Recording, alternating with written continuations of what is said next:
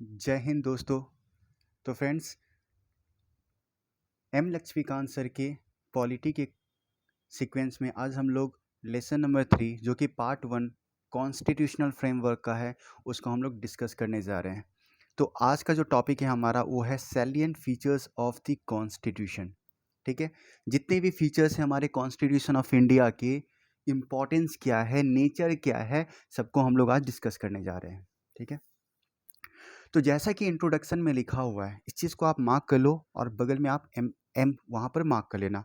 उससे क्या होगा, आप डायरेक्टली उसको मेंस आंसर राइटिंग में यूज़ कर सकती हो। वहाँ पे लिखा हुआ कि दो borrowed from almost every constitution of the world, the constitution of India has several salient feature that distinguish it from the constitution of other countries. इस चीज़ को आप क्या करोगे, लिख सकते हो। अब यहाँ पर ये बात आ रहा है कि आपको पता होगा कि जो 42nd अमेंडमेंट एक्ट है ना, जो 42nd अमेंडमेंट एक्ट 1976 का है, इसको हम लोग मिनी कॉन्स्टिट्यूशन भी कहते हैं, मिनी कॉन्स्टिट्यूशन भी कहते हैं। ठीक है, अब आपको पता होगा कि हमारा जो रिटन कॉन्स्टिट्यूशन है, पहली बात ये है, और लेकिन साथ साथ we are claiming that it is one of the lengthiest, one of what, it is the lengthiest constitution of the world. ठीक है, आपको पता है कि गवर्नमेंट ऑफ इंडिया एक्ट 1935, उसमें से मेजर ऑफ द पोर्शन को हम लोग क्या किए, इसमें लिखे हैं। ठीक है, उसके बाद हम लोग इंटरिम कॉन्स्टिट्यूशन क्या होता है इस चीज़ को भी आप जानते हो। जब फीचर की बात करते हैं तो फीचर में जो सबसे पहला बात आती है उसको कहते हैं it is the lengthiest, it is the lengthiest written constitution. ठीक है, अब ये लेंथीएस्ट होने का कारण क्या है? लेंथीएस्ट होने का कारण है कि हमारा जो कॉन्स्टिट्यूशन है वो काफ़ी कॉम्प्रिहेंसिव है, काफ़ी इलाबोरेटेड, काफ़ी डिटेल डॉक्यूमेंट है ये हमारा कॉन्स्टिट्यूशन। अगर हम बात करते हैं 1949 की, तो 1949 में आपको एक तो प्रीएम्बल था, 395 आर्टिकल्स थे, 22 पार्ट में वो डिवाइडेड थे, यानी कि 22 पार्ट्स में वो डिवाइडेड थे और 8 शेड्यूल थे टोटल। लेकिन आज अगर हम लोग प्रेजेंट समय में अगर देख रहे हैं तो 2019 के डेटा क्या है कि we are claiming that we are having preamble in the constitution 470 articles which is divided into 25 parts and 12 schedules। ठीक है, इसका मतलब क्या है कि जो एडेड पार्ट्स थे वो कौन कौन से पार्ट्स एडेड है, तो पहला हो गया आपका 4th ए, है ना, जो कि डायरेक्ट ये फंडामेंटल ड्यूटी से रिलेटेड है, 9th ए, 9th बी और 14 ए। ये सारे जानेंगे कि एग्जैक्टली ये सब क्या होता है। ठीक है, अब ये कारण क्या है कि हमारे जो कॉन्स्टिट्यूशन है वो काफ़ी काफ़ी ब्रॉड है, यानी कि एक तरह से जो वर्ड यहाँ पे इस्तेमाल किएगा उसको कहते हैं एलिफेंटाइन साइज। तो आखिर क्या कारण है कि इसकी इतनी एकदम ब्रॉडनेस की बात कर रही है? तो पहला जो कारण है उसको कहते हैं ज्योग्राफिकल फैक्टर्स, जैसा कि इसमें लिखा हुआ, आप इसको मार्क कर लो। 4 फैक्टर्स हैव कंट्रीब्यूटेड। पहले आपका ज्योग्राफिकल फैक्टर, दूसरा आपका हिस्टोरिकल फैक्टर्स, और आपको पता है कि चाहे वो सेंटर की बात हो या स्टेट की बात हो, हम लोगों के पास क्या है, सिंगल कॉन्स्टिट्यूशन है। पहले एक्सेप्शन में था जम्मू एंड कश्मीर, लेकिन अब वो भी एक्सेप्शन में नहीं है। दूसरी बात क्या है, जो लीगल न्यूमरीज होते हैं, जो लीगल ल्यूमनरीज होते हैं कंस्टिट्यूएंट असेंबली के, उनका डोमिनेंस की बात है यहाँ पर। ठीक है, दूसरी कारण क्या है, ये दूसरा सैलिएंट फीचर हमारा ये है कि हम लोग जो कॉन्स्टिट्यूशन, हमारा जो कॉन्स्टिट्यूशन है वह काफ़ी सोर्सेस से मिलाकर हमारे कॉन्स्टिट्यूशन ड्रॉन किए गए हैं। तो सेकेंड टॉपिक क्या है जो कि आपको, आप देखो वहाँ पर अंडरलाइन करो, that is drawn from various sources. अब इस चीज़ को अच्छे से समझ लेना फ्रेंड, सोर्सेस की बात होती है तो एक कोटेशन है जो कि B.R. अम्बेडकर के द्वारा है। तो उन्होंने ये कहा था, the constitution of India has been framed after ransaking all the known constitution of the world। तो आपको पता है, फॉर एग्जाम्पल अगर कॉन्स्टिट्यूशन ऑफ अमेरिका, उसके बाद हमारे कॉन्स्टिट्यूशन बने। तो इसका मतलब क्या है, जो डिमेरिट पॉइंट्स थे, फॉर एग्जांपल जैसे कॉन्स्टिट्यूशन ऑफ अमेरिका में स्टार्टिंग से ही विमेन को वोटिंग राइट्स नहीं दिए गए थे, लेकिन हमारे पास क्या है, स्टार्टिंग से ही वोटिंग राइट दिए गए थे on the basis of adult franchise. तो जो कॉन्स्टिट्यूशन ऑफ इंडिया है वो सभी सक्सेसफुल कॉन्स्टिट्यूशन को लिखने के बाद या डिजाइन करने के बाद ही हमारे ड्रॉन हुए हैं। अगर हम सोर्सेज की बात कहते हैं तो सबसे पहला बात जो आता है जिसको हम लोग कहते हैं स्ट्रक्चरल पार्ट। जो स्ट्रक्चरल पार्ट था वो largely government of India act 1935 से लिए गए हैं। ये था स्ट्रक्चरल पार्ट। जब बात करते हैं हम लोग फिलोसफिकल पार्ट का, तो फिलोसफिकल पार्ट जो है जैसे कि fundamental rights, directive principle of state policy, ठीक है, ये चीज हम लोग कहाँ से इंस्पायर्ड है, ये हम लोग अमेरिकन कॉन्स्टिट्यूशन से हैं या फिर आयरिश कॉन्स्टिट्यूशन से है।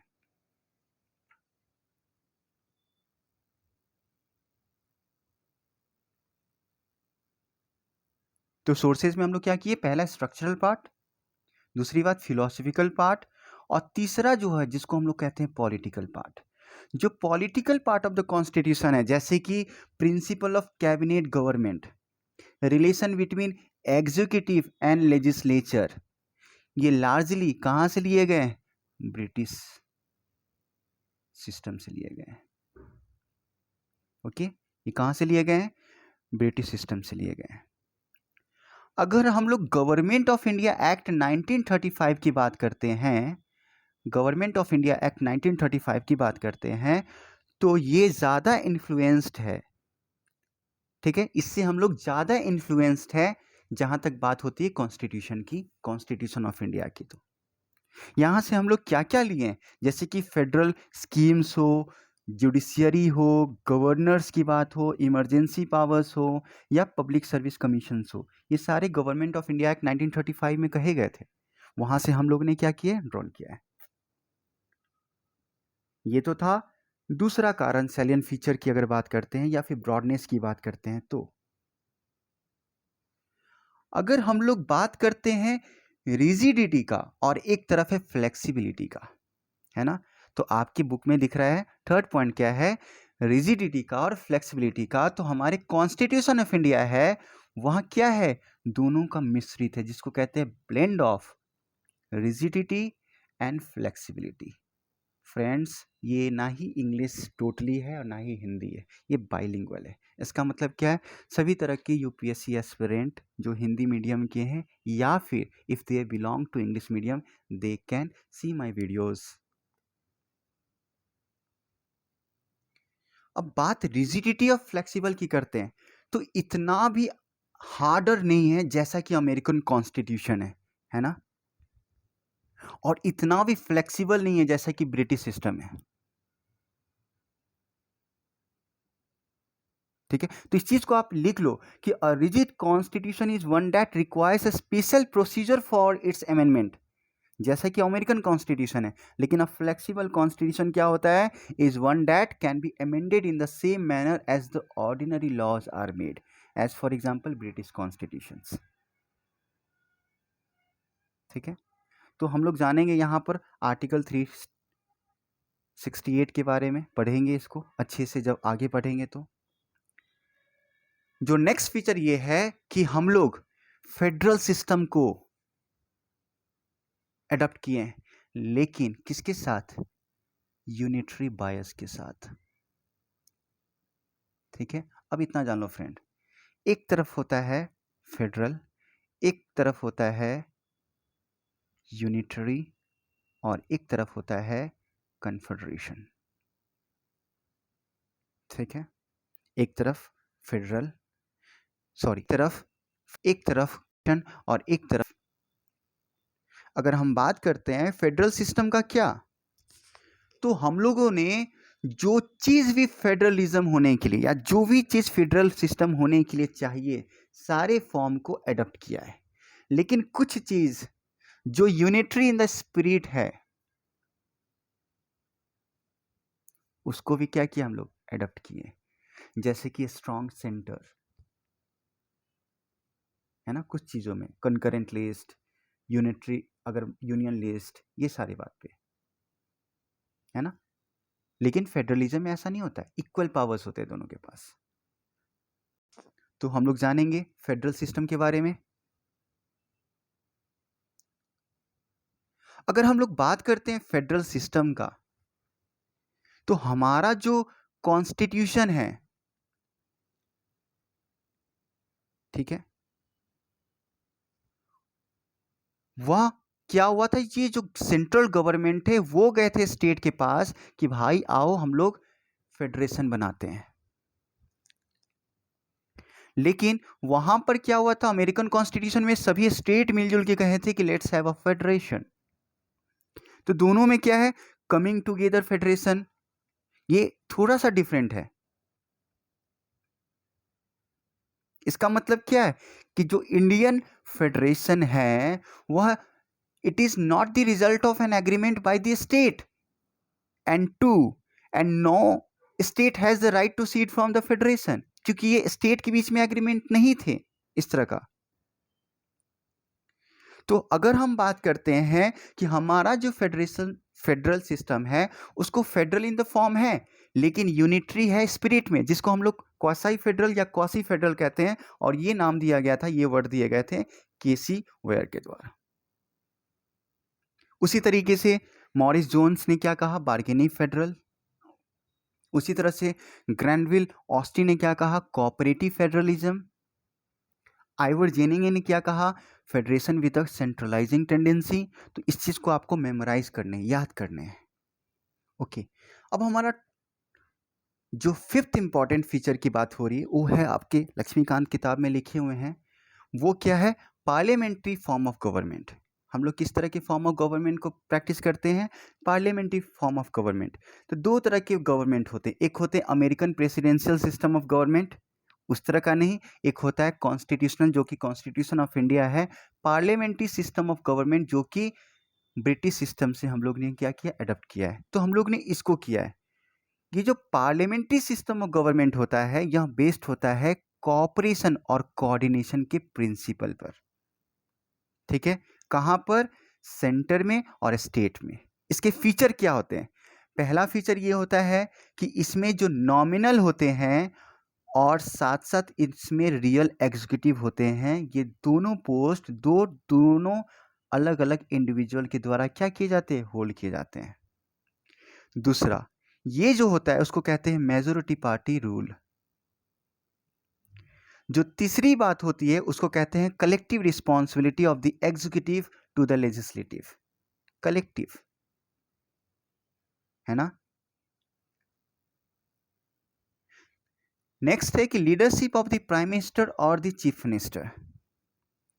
और इसमें क्या होता है, आप क्या कर सकते हो, dissolution of the lower house, that is चाहे Lok Sabha at the central level और स्टेट लेवल पे क्या होता है, स्टेट असेंबलीज, उसको आप क्या कर सकते हो, डिसॉल्व कर सकते हो। ये पार्लियामेंट्री सिस्टम है। लेकिन एक बात याद रखना, इतने कुछ होने के बाद भी हम लोग ने ब्रिटिश सिस्टम तो किया अडॉप्ट, लेकिन इंडियन पार्लियामेंट जो है वह ब्रिटिश पार्लियामेंट की तरह सोवरेन नहीं है, ठीक है। ये तो ये वाला टॉपिक। अब जो नेक्स्ट इंपॉर्टेंस फीचर है वो क्या है कि जो सिक्स्थ है वो है synthesis of parliamentary sovereignty and judicial supremacy. Okay, ये जो पार्लियामेंट्री सुप्रीमेसी की बात होती है या सोवरेन होती है, वह सिस्टम कौन सा है, वह ब्रिटिश में होता है। वहां पे क्या होता है, पार्लियामेंट्री सोवरेन होते हैं। लेकिन ये जो जुडिशियली सुप्रीमेसी की अगर बात हो रही है, ये हम लोग अमेरिकन से लिए हैं, ठीक है। ये कहां पर होता है, अमेरिकन ये सुप्रीम कोर्ट में। इसके बेसिस पे हम ये कह सकते हैं कि सुप्रीमेसी जो है, American supreme court judicial supremacy को प्रैक्टिस करती है। तो जो जुडिशियल रिव्यू का जो पावर्स होते हैं सुप्रीम कोर्ट इन इंडिया, वह यूएस में जो है उससे थोड़ा सा नैरोवर है, ठीक है। लेकिन हमारी जो फ्रेमर्स थे, कॉन्स्टिट्यूशन के फ्रेमर्स, उन्होंने क्या किया है कि British principle of parliamentary sovereignty, and American principle of judicial supremacy, दोनों के बीच जो सिंथेसिस होती है उसको एडॉप्ट किया है। ओके, अब नेक्स्ट हमारे जो टॉपिक है इसमें सैलिएंट फीचर में, वो है integrated and independent judiciary. Okay friends, तो इसी सीक्वेंस में हमारा जो नेक्स्ट इंपॉर्टेंट फीचर क्या है, इंटीग्रेटेड और इंडिपेंडेंट जुडिशरी की। अगर बात करते हैं सुप्रीम कोर्ट का, तो सुप्रीम कोर्ट देखो, पहली बात होती है, ये होता है एग्जीक्यूटिव, एक होते हैं लेजिस्लेचर, ठीक है, लेकिन ये इंडिपेंडेंस और ये है जुडिशरी, ठीक है। एक तरह से ऐसे ड्रॉ कर सकते हैं, ये हमारा लेजिस्लेचर, ये हमारा एग्जीक्यूटिव, और यहां से हमारा जुडिशरी क्या है, इंडिपेंडेंट है। एग्जीक्यूटिव जो होता है ना, वह लेजिस्लेचर के कंट्रोल में है। इनफैक्ट लेजिस्लेचर उसको डायरेक्ट भी करता है काफी मेजर्स पे, लगभग सभी मैटर्स पे। लेकिन जुडिशरी क्या है ना, इंडिपेंडेंट है और इंटीग्रेटेड है। इंडिपेंडेंट क्यों? क्योंकि वो लेजिस्लेचर से और एग्जीक्यूटिव से इंडिपेंडेंट है। इंटीग्रेटेड क्यों? क्योंकि एक हायरार्कियल वे में वो मूव करता है, सबसे पहले सुप्रीम कोर्ट, नीचे हाई कोर्ट और नीचे सब ऑर्डिनेट कोर्ट। ओके, अगर हाई सुप्रीम कोर्ट ने कुछ कहा तो हाई कोर्ट पे एप्लीकेबल होगा सभी स्टेट के, ठीक है। हाई कोर्ट ने सभी कुछ बोला यानी कि पूरे भारत में एप्लीकेबल होगा, हाई कोर्ट ने कुछ बोला तो पूरे उसी स्टेट में एप्लीकेबल होगा, है ना। तो सुप्रीम कोर्ट जो है वो stands at the top of the integrated judiciary of the country. उसके नीचे क्या है, हाई कोर्ट है एट द स्टेट लेवल, और under a high court there is a hierarchy of subordinate court, that is district court and the other lower courts. अगर हम बात करते हैं सिंगल सिस्टम ऑफ कोर्ट की, तो ये single system of court enforce करता है दोनों सेंट्रल लॉज को और साथ साथ स्टेट लॉज को भी। लेकिन अगर हम कंपैरिजन करते हैं यूएसए से, तो यूएसए में क्या होता है, फेडरल लॉज है। तो फेडरल लॉ जो है वो फेडरल जुडिशरी के द्वारा, और स्टेट लॉ जो है वह स्टेट जुडिशरी के द्वारा। लेकिन इंडिया में ऐसा कुछ नहीं है। जो नेक्स्ट रीजन है सैलिएंट फीचर हमारा कॉन्स्टिट्यूशन के ब्रॉडनेस का, वो क्या है, फंडामेंटल राइट। तो हम लोग अच्छे से डिस्कस करेंगे कि जो फंडामेंटल राइट है हमारे पॉलिटिकल डेमोक्रेसी के लिए बहुत ही फंडामेंटल है। दूसरी बात, डीपीएसपी जो कि नेक्स्ट फीचर है, हम लोग डिस्कस करेंगे फंडामेंटल क्या होता है, फंडामेंटल राइट्स पे एक लेसन है हमारा, ठीक है। उसके बाद directive principle of state policy, इसको भी हम लोग डिस्कस करेंगे क्योंकि उस पर भी एक लेसन है, तो इतना जान लो, directive principle of state policy जो कि novel feature of the Indian constitution है ना। और मिनर्वा मिल केस में 1980 में ये भी कहा गया था, आप याद रखो, लेकिन हमें और भी अच्छे से पढ़ने हैं जब हम लोग directive principle of state policy as a separate lesson पढ़ेंगे। उसमें ये कहा था कि Indian constitution is founded on the bedrock of balance between fundamental rights and TPSP. इस चीज को याद कर लो, मिनर्वा मिल केस। जो नेक्स्ट इंपॉर्टेंट फीचर ये है कि हमारे कॉन्स्टिट्यूशन में फंडामेंटल ड्यूटीज भी है।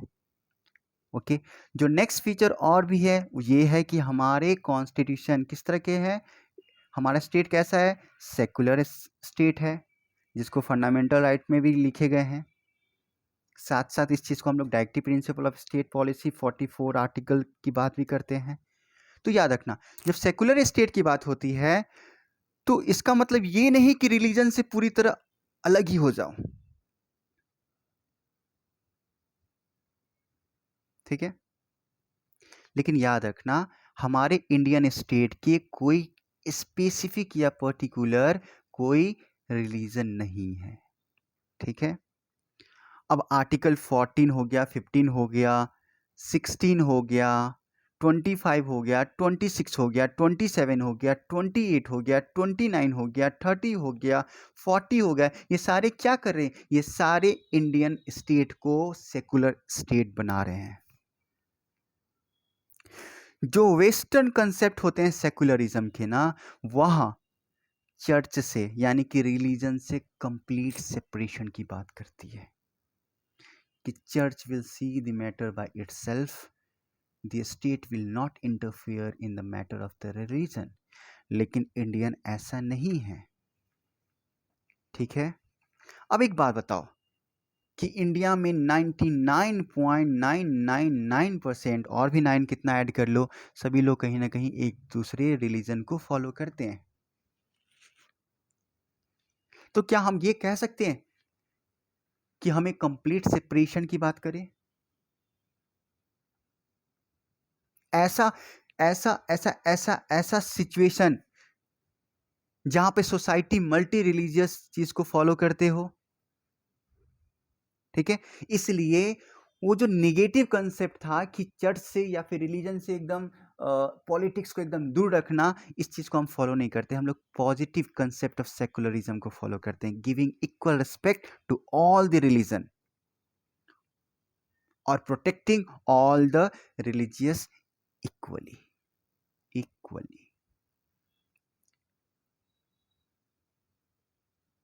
इसके लिए साथ साथ याद रखना कि कॉन्स्टिट्यूशन ने जो कम्युनल रिप्रेजेंटेशन थे उसको भी खत्म कर दिया। ठीक है, that is the representation of seats in the legislature on the basis of religion, इसको भी खत्म कर दिया। जो नेक्स्ट इंपॉर्टेंट है ये है कि यूनिवर्सल एडल्ट फ्रेंचाइज। अब यूनिवर्सल एडल्ट फ्रेंचाइजी में ये बात आ रही है कि 21 ईयर्स से 18 years of age universal adult franchise 1989 में क्या किया गया था, हम लोग ने स्टार्ट किया, जिसको 61st कॉन्स्टिट्यूशनल अमेंडमेंट एक्ट 1988 से प्रैक्टिस में लाए हैं। अब सवाल ये है कि यूनिवर्सल एडल्ट फ्रेंचाइज क्यों?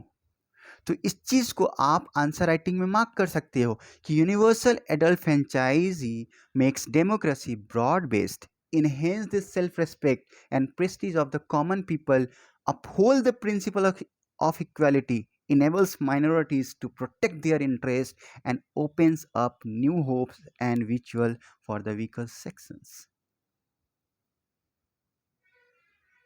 Weaker sections. जो नेक्स्ट इंपॉर्टेंट फीचर ये है कि सिंगल सिटीजनशिप।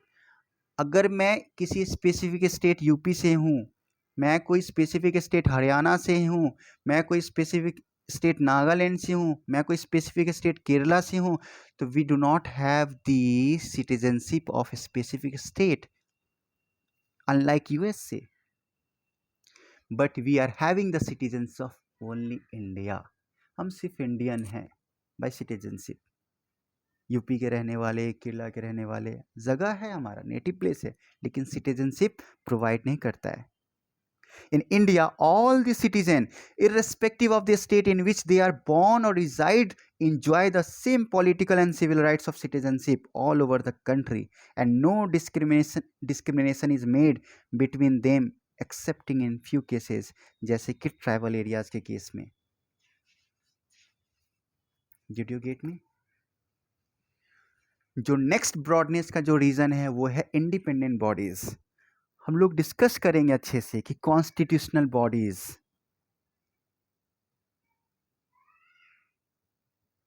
ठीक है, ये सारे से क्या हुआ और भी बल्किएस्ट हुआ।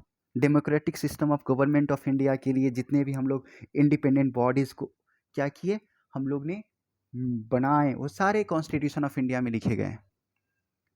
जो नेक्स्ट इंपॉर्टेंट टॉपिक ये है कि इमरजेंसी प्रोविजन भी हमारे कॉन्स्टिट्यूशन में है। ठीक है, क्यों? ताकि अगर कोई एक्स्ट्रा ऑर्डिनरी सिचुएशन हो तो प्रेसिडेंट क्या कर सकते हैं, उस चीज को प्रैक्टिस में ला सकते हैं। लेकिन कैसे, उस चीज को हम लोग और अच्छे से डिस्कस करेंगे जब हम लोग इमरजेंसी प्रोविजन को डिस्कस करेंगे। ताकि क्यों? ताकि वहां सेफगार्ड कर सके sovereignty, unity, integrity, security of the country, the political, the democratic political system and the constitution को सेव कर सके। और जो लास्ट फीचर जो लिखे गए हैं यहाँ पर वो है 3 टियर गवर्नमेंट के कारण हमारे कॉन्स्टिट्यूशन के ब्रॉडनेस का। अब देखो 11th शेड्यूल जो था, 11th शेड्यूल जो कि पार्ट 9 में है, लिखे गए हैं, ये 73rd अमेंडमेंट एक्ट 1992 से आए, नो डाउट।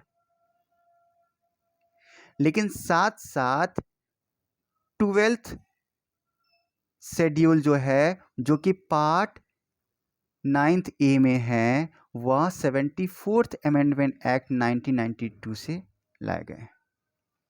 ये 3 शेड्यूल्स है। लेकिन एक चीज और जान लो कि नेक्स्ट जो इंपॉर्टेंट टॉपिक हमारा है सैलिएंट फीचर का, वो है कोऑपरेटिव सोसाइटीज। इसको भी हम लोग कॉन्स्टिट्यूशन में लिखे हैं।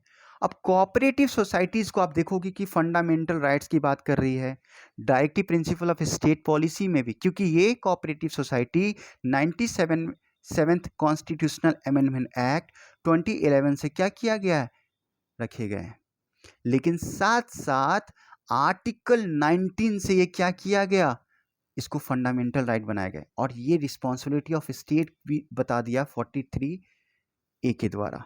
और इसको पार्ट किसमें, पार्ट 9B में क्या किए गए, रख दिए गए।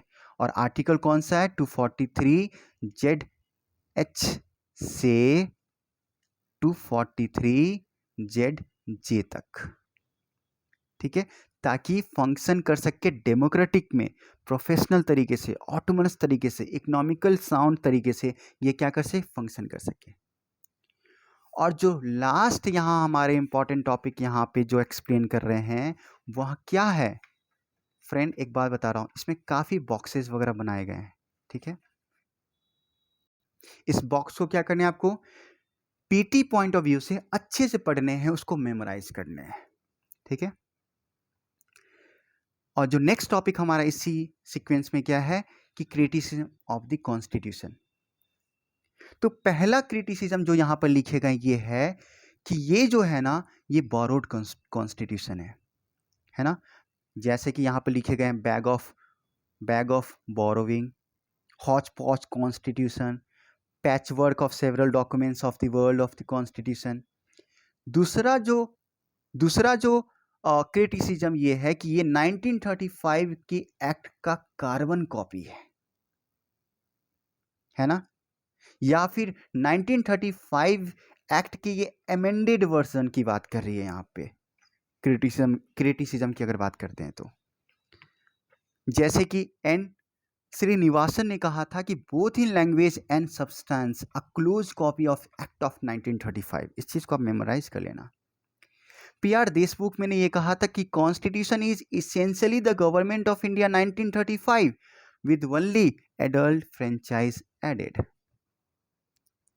जो नेक्स्ट फीचर अगर बात करते हैं क्रिटिसिज्म की, तो ये कहता है कि it is an Indian and anti Indian. क्यों, क्योंकि ये रिफ्लेक्ट नहीं करता है पॉलिटिकल ट्रेडिशन या फिर स्पिरिट ऑफ इंडिया को। जो नेक्स्ट बात ये है कि ये अन गांधीयल कॉन्स्टिट्यूशन है। कैसे भाई, जैसे कि किसी ने कहा है, नाम देख लो आप, कौन ने कहा है, के हनुमंताचार्य। उन्होंने ये कहा है कि that is exactly the kind of constitution Mahatma Gandhi did not want and did not envisages. और दूसरा क्रिटिसिज्म क्या है कि ये एलिफेंटाइन साइज का है।